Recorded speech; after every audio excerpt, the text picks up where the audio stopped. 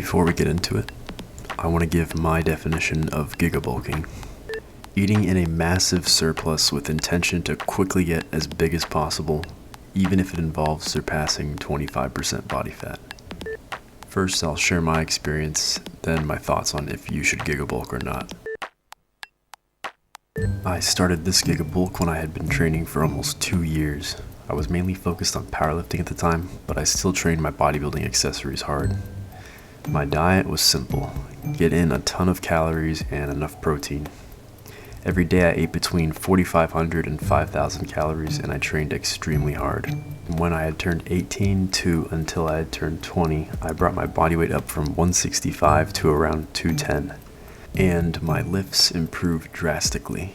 This was partially noob gains, but I was also training extremely hard and rarely ever getting off program, and the gym was actually open. I believe someone who's never done a gigabulk could benefit from one of these, especially if you care a lot about getting stronger. And there is something surreal about seeing your body change so quickly. But past the noob gain stage, I don't believe it brings extra benefits over a slow and controlled lean bulk. Coming off of being sick for months, I wanted to get my gains back as fast as possible. This was a bad idea considering my training age, but especially since towards the end of this gigabulk, world events would happen and the gym would shut down for months. When I started this gigabulk, I had already been lifting for 5 years, but I had lost most of my gains from months of being sick. I weighed about 160 and I couldn't even bench 185 for 5 at the time anymore. The problem was I wanted to get as big as I'd ever been before, and I also wanted to do it as fast as possible. Long story short, I bulked so fast that instead of beating my PR arm size from years prior, all the weight went to my gut and my lower back. This resulted in all of my muscles being smaller than they were before, even though I was a whole 15 pounds heavier than the previous gigabulk. My lifts also did not improve, aside from bench, which is mostly affected by body weight. But even with that considered, my bench had only reached 315 for 3, and my squat only got back up to 410, a whole 55 pounds lower than my previous PR. There were 2 reasons why this gigabulk failed. In my opinion, gigabulking more than once is unnecessary, and 2, at the time my training was super messed up and inconsistent. In the next section here, I'm going to highlight a lean bulk with hard training, and this is what I would recommend to most people. I started my most recent bulk, the lean bulk, after cutting down to the leanest I'd ever been in my adult life in February of 2022. I slowly brought my body weight from 175 to around 202 over the course of a year.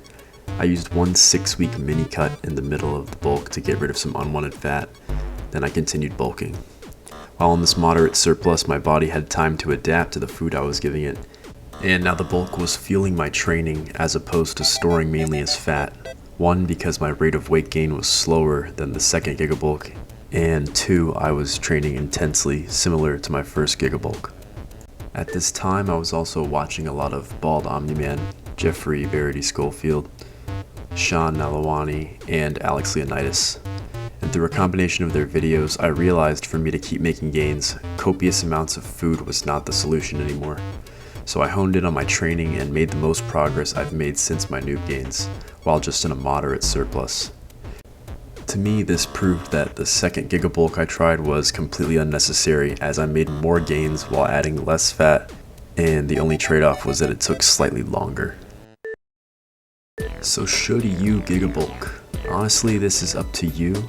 But if you do, you need to train with a lot of intensity and don't slack like I did on that second gigabulk. It takes a long time to recover from that. So past the noob gain phase, a moderate 200 to 400 calories surplus with good programming and intensity is going to net you plenty of gains.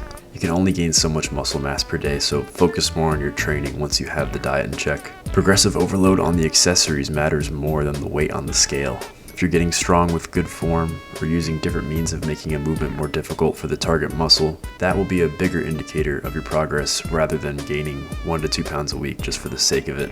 If you get self-conscious easily, it's hard to be comfortable when you gigabulk. If you're someone who feels they took the bulk too far even though you've only gained 10 pounds, then gigabulking probably isn't for you. The mental battle will be greater than the physical, and that mental energy is better used to fuel your training.